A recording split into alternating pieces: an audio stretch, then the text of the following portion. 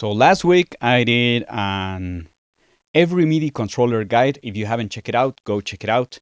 It's a full rundown on all of the user interfaces that we have available for music production or studio production. This week I will be talking about keyboards, and I know so many people ask which keyboard is the one that I should buy. So again, this is just a huge rundown on most of the things that you will probably have to consider for the next 10 years or so for you to choose your next keyboard, with a couple of fun extra tricks on how to take advantage of any MIDI keyboard and any MIDI controller. Straight from Mexico City, my name is Juanchis, and let's get into it. You want to buy a keyboard MIDI controller. In my right, I have an Arturia Keylab MK249 keys. I have a Summit Novation on my left, and I have another Keylab right over there. And there are a lot of brands. So you go into Sweetwater, Thomann, or whatever your preferred store is. So you just write MIDI controllers and you run into all of these options. So let's get started with the most basic thing. If this is your first MIDI controller, most of the times a 2-octave, that's a 25 key, or a 3-octave keyboard, that's ranging from 32 up to 49 keys, should be more than enough, especially because we are assuming that you are not a professional keyboard player and you might not want to invest a huge amount of money just because you want to get into it as a hobby. So if it's just a hobby, I wouldn't go crazy with the price. I wouldn't go crazy with the amount of octaves you have. Something like 88 keys, even 61 might be too much. On the other hand, if you're trying to learn how to play keyboard, that's more or less like piano because it's not the same thing. You might need something from 49 or 61. Probably 88 is only useful for people that are actual piano players and arrangers because they do use that amount of keys. For example, film composers or people that are thinking of big orchestrations, they actually take advantage of 88 keys. But most of us that can more or less barely play in time will probably only take advantage of something like 49 or maybe 61. I'm a huge believer of 61 keyboards because that's a great size for growing into. Remember, that's one of my mindsets when you're trying to buy things. If you buy something that's just enough, like it's just fitting, you won't be able to grow your skills into it. That's the first thing. Amount of keys. Along with the keys, there's this whole conversation about how the weight of the keys actually reflect on how you are interacting with the virtual instruments. So for example, this keyboard right here, this Synth, that's actually working also as a MIDI controller, has a heavier weight.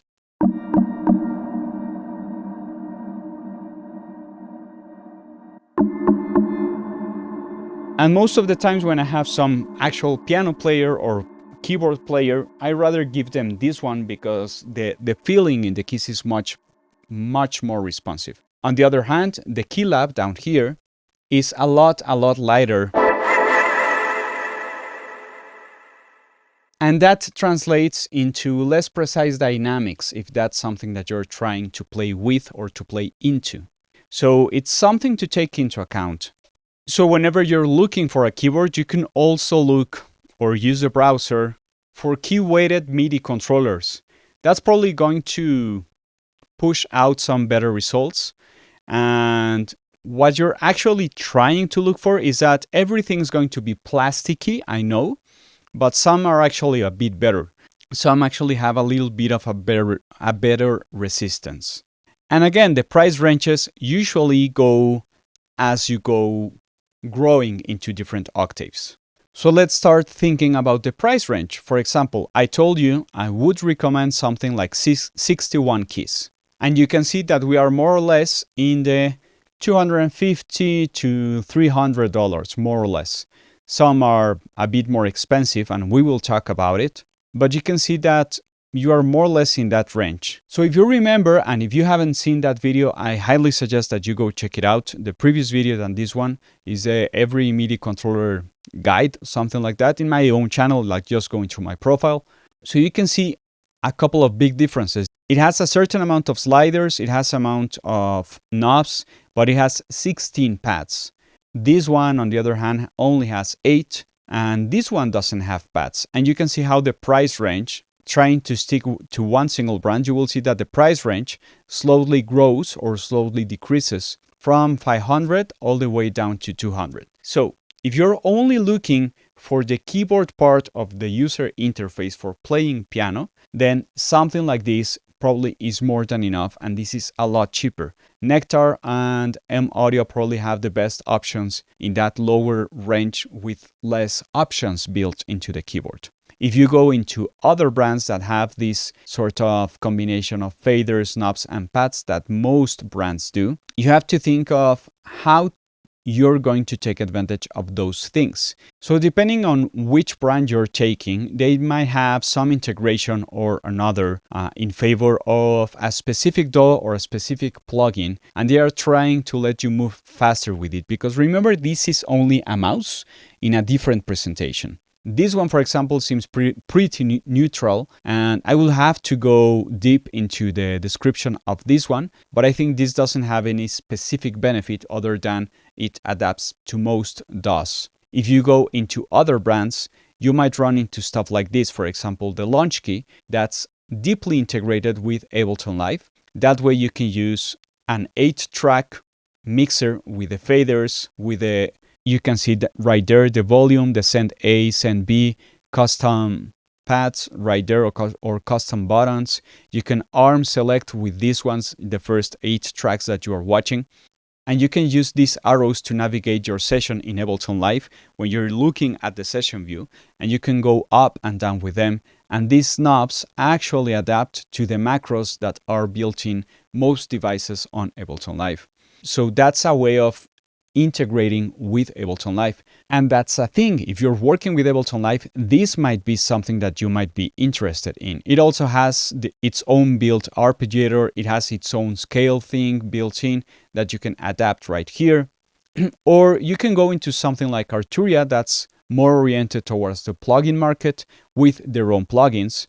That way, when you're choosing the program that's for DAW use or the Analog Lab, all of these controls are pre-mapped within the plugin for filter, effects, envelopes, some other things. You have to check more or less one by one, but it's deeply integrated, so you don't have to memorize every new plugin, and you just have to think of one place to move your hand, move it, and that's always a filter, that's always the attack, that's always the decay, and you can start morphing and building your sounds ideally faster only using your keyboard. So why would one have 16 pads on their keyboard? Honestly, I have never seen, or I have rarely, very rarely seen someone has a keyboard with 16 pads. And if we are thinking also about the price range, you will see that this is 550, but this one is 217. That's pretty much twice, and only for a keyboard that's bigger in depth of your own desk, and that only has more pads built in. It probably has a bit more space for some other things, but I don't think that really justifies the price. And again, remember that pads usually are much more used for drums, and a lot of drum plugins usually only take advantage of 8 pads or 8 notes. And if you need more, you will probably be better using something like this, or something like the Push, or something like the MIDI Twister. I think it's the one that has also the 64 pads to play into, because that makes more sense. Obviously, one of the biggest sampling machines in history, that was the Akai MPC, had 16 pads, but that's a very specific machine where you're thinking of playing chords and playing drums, or playing samples and playing drums. So that's a whole different situation that you're running into. So now we will have to add not only the amount of keys that you might need, that immediately puts you in a range, in a price range. Then you have to think about how many extra stuff up top you might need, because maybe you have something like the nano control that I already showed on the previous video. And this is already functioning as some sort of fader control, and you don't need those 8 extra faders, and you can build your own. Like, please remember that sometimes you might want, or eventually you might want to build your own workflow around a certain group of MIDI controllers. We will talk about it later in the video. And probably you might only need a couple of keys, so you might want to run into some of the M-Audio or Nectar keyboards. But you might also want to include another factor, that's what does the keyboard come with virtually? Like, what digital licenses do you have access to just because you bought that one? So after you register your hardware, I have a Launchpad, I have the Summit, you will have access to things like this, like a version of a couple of plugins from Baby Audio, Addictive Keys, the EQ and the compressor of Focusrite, the console, the BX console by Plugin Alliance. I have a huge video on that one. If you have that one and you don't know how to use that channel strip, like, go look at my video. It's a great explanation on how to take advantage of it and all of its ins and outs, applied acoustics, and so on. You get the idea. And that's something that you get just for using or buying an Ovation keyboard. But for example, if you get something like the Arturia Keylab, it even says bundled software, right? So what will you get? Probably something like the Analog Lab. You have to check with whoever is making the sale. But usually it comes with some sort of Analog Lab license and a couple of other synths. So again, the question might be, if you already have enough soft synths, you might not want to go for the Arturia ones unless you need that retro sound specifically, because they have modeled most of the classical synths. And if you want maybe just these because you are working deeply with Ableton Live and you like the idea of the effects that they give you and a couple of discounts they give you, then this one is the choice. In the case of this one, because it has also this nice big screen and it also comes with some bundled software, that's probably what also makes it a bit more expensive. Like, you have to take into account the final amount of money that you might be saving, because it comes with all of those other things on top on the physical mouse that you're buying. So be sure to add that to the train of thought or your checklist that you're making when you're just trying to buy a keyboard. So is it even worth buying or having more than one MIDI keyboard? Let's suppose for a moment that this one, with the bundled software that it includes, might be another $400. And the Arturia Keylab with Analog Lab could be another $200. So if you have two of these, first of all, you have two ways of interacting with your computer, and you have extra plugins bundled with the hardware. But here comes the interesting idea of having different MIDI controllers already plugged and always ready into your session or into your computer. One of the things is that you might want to have different people come over and start playing at the same time. So guess what? In the case of Reaper, remember that you just have to either right-click the recording, the arm button, and select what's the input MIDI source. In this case, it's either the Summit or the Arturia Keylab, and they can both be open at the same time. I will also make another video on talking about MIDI channels and stuff like that, but this is an interesting way of trying to interact with your session only using your keyboard. Also, by now, I think there's not one single company of the big companies that don't let you edit more or less how is your MIDI controller behaving. So for example, here in the MIDI Control Center by Arturia, what I can do is I can take advantage of these things that are lit up in bluish hue, and I can select, for example, the pads, and I'm using the user 2. I'm going to save this as a user 2, and I can change, there we go. And I can change the output that's going to output whenever I press it, a note that's a MIDI event or a MIDI note like CC, C3, C2, C1, or a control change. Remember that CC stands for control change, and I will talk about that, or patch change. That's, I think it's the same thing as a program change. I can assign the MIDI note channel that is going to be sent through from 1 to 16 as MIDI works. And if I want to have some sort of backlight reflection of what's going on, and the color even that I might want to have in that path. So for example, whenever I save this into the MIDI controller, I'm sending it.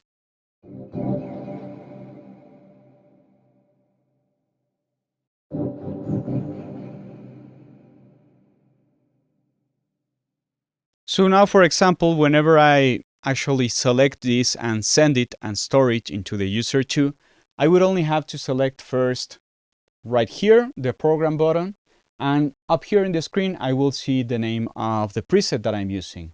And all of the keyboards have some sort of command with shift and using the paths, and you just have to read the small letters, the fine print under here, to see that this is the way you can change from one mode to another.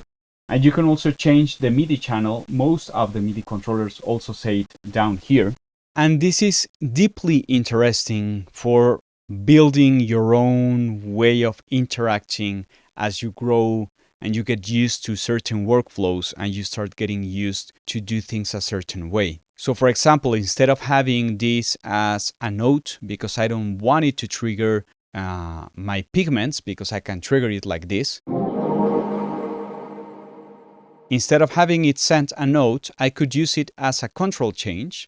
That could be the CC52, that's usually undefined. And I can also arrange a max range that it will be toggling, because instead of having it as a gate, I could send it as a toggle as well. So let me show you how does this work.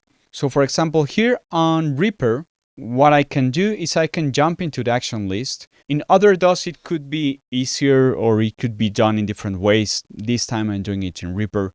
If you don't know how to assign MIDI controllers to other features inside your DAW, just let me know and I will link you to how to do it. So I can go into Send Volume 1, Adjust Track Send Volume 1. So maybe I want to make a send into a delay that's here in purple, right? And it's assigned right here. Instead of having to do it like this, because maybe it's not a fixed send, I'm going to add, and this is also listening to CC parameters and any MIDI controllers that are connected. So I can just push that path.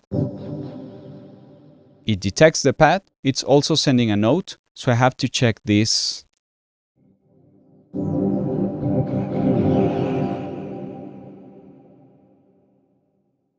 So I would also have to take it out of this place. But for example, in the case of the gate, what will happen is that whenever I touch it harder, it's going to send it and increase the send level. And if I push it with a lower velocity, it's going to send a lot less of it.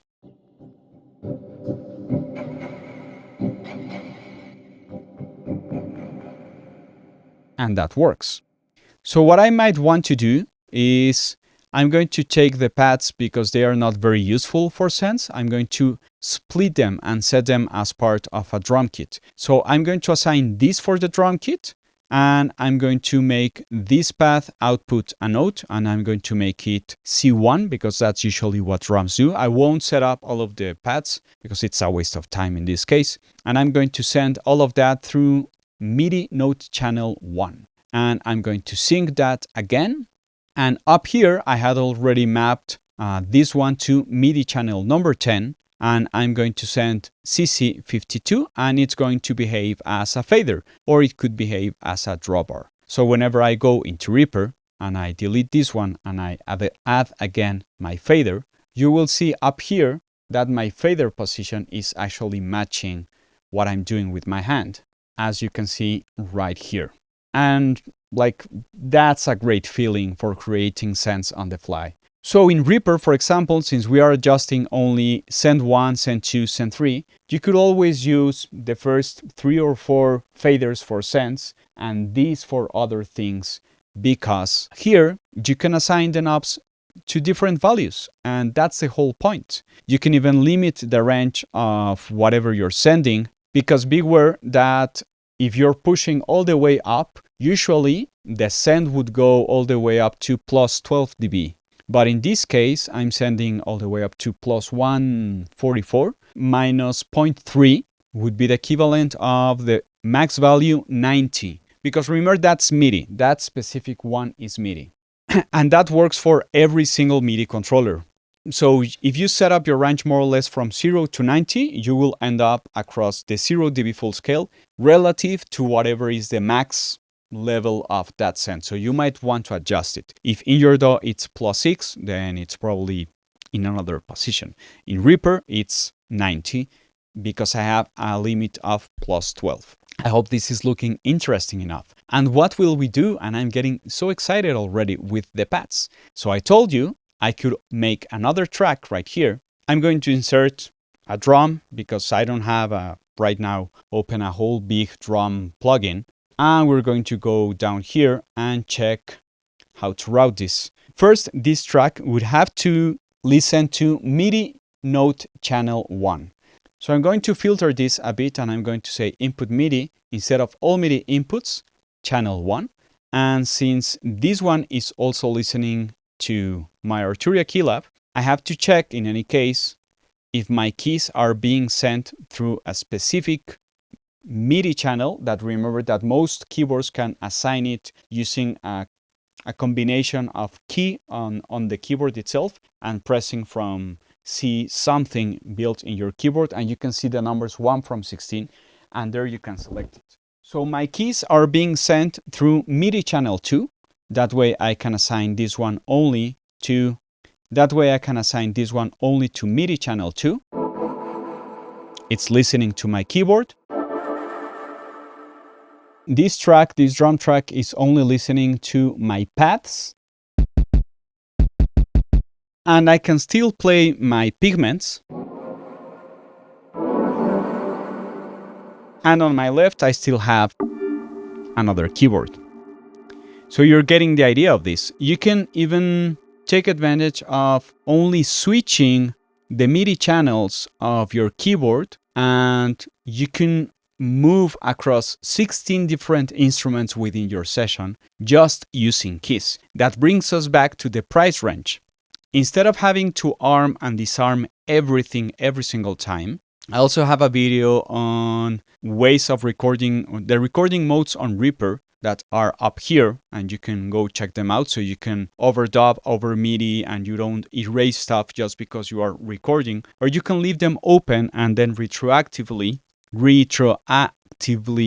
record the MIDI for the armed tracks and the selected tracks only. So you might want to leave some sort of shortcut for this on a toolbar.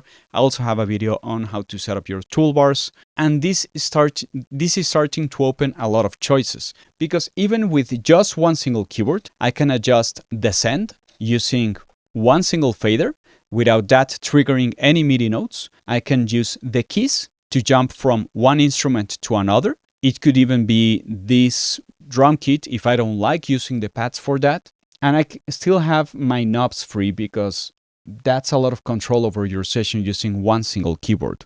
If that's not enough, let's make it more interesting. Sending control changes into your DAW doesn't only let you control your session. It also lets you control other things, other parameters, like your plugins. So for example, let's suppose for a moment that I have a pigment using my Summit as some sort of MIDI controller, right? And then for some reason, I just move this knob and you can see how the patches are changing.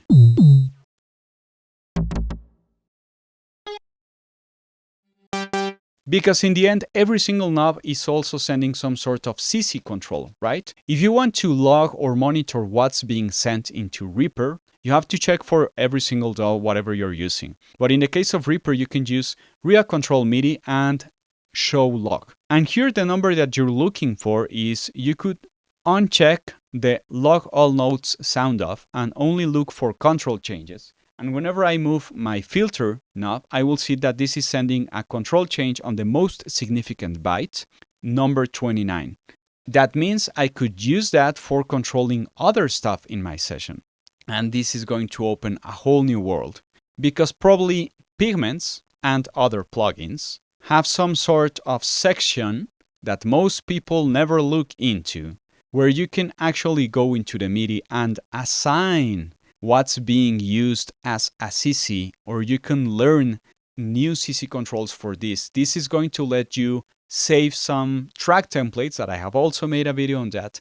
That way, every time you load something, it's always in the same place because it's something that you're building towards because you have a project. If you are a bit like me and you are into some free software, I have three really in-depth videos of how to use Search. You will see that this is a very specific interface of the Search synth. Remember that I'm using here on menu the skin that's called Andromeda, and it's off the screen, the dub one. And you can go look the video in the description and you can just find the rest of the links to download this one. I think this one is easier on the eyes because everything from the oscillators is in red, filters is on yellow, envelopes in green, mixer in blue, and modulation in purple. And that's so fast, so easy to remember. For example, in this search path, what I did is I can now use this filter knob as my filter position, right?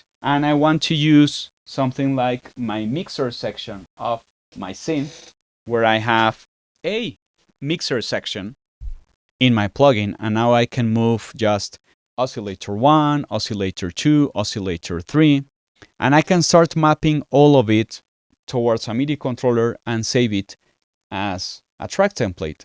The proof is whenever I open a new session and erase this and just insert a track from template and use the CC test, that's the search, you will see that I haven't moved anything.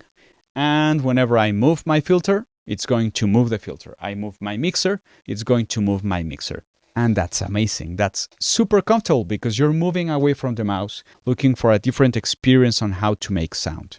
And I think that's interesting. If you want to add, in the case of search, anything to a CC control, you just have to do, for example, for this one, that's semitones, you might want to just right-click, add to MIDI CC, and by looking at the React Control MIDI, I just move the knob and I see it's CC14 of the MSB, most significant byte. That's the one I'm looking for, CC14.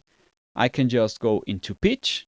It's going to send which ones are reserved, and I'm looking for 14. I click on it, and now I have control of it. For example, it's also apparently assigned to the macro number 6, or it's also sending some sort of, it's assigned to it. So I can just right-click it and clear it from being learned. So now I have the pitch control as well. And I think that's really exciting. I love this idea of growing into stuff. You don't need a 64 knob MIDI controller at first. Trust me, if you want to have some steady workflow, probably 16 faders, knobs, whatever, 16 of something is a lot.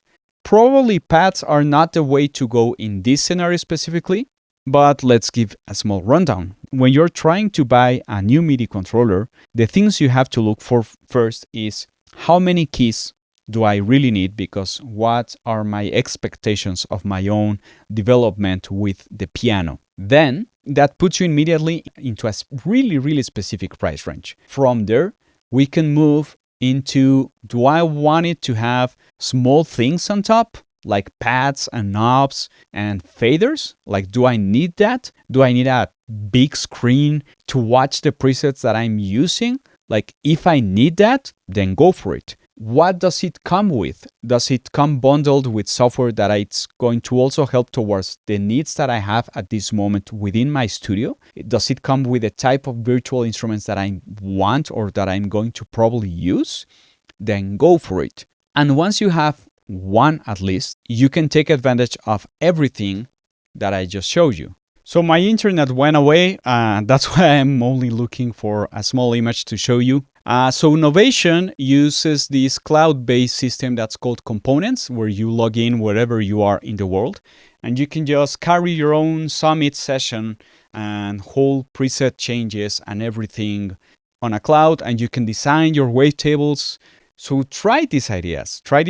Let me know in the comments if you like this kind of videos. If you would like to support my job, I'd really appreciate it, because I want to give you only the best that I can on every single video. You can find the Buy Me a Coffee link down in the description. And you can also join us in the Reaper Discord server and ask questions. Just tag me if you jump into the video, and I'll get to your question whenever I log into Discord.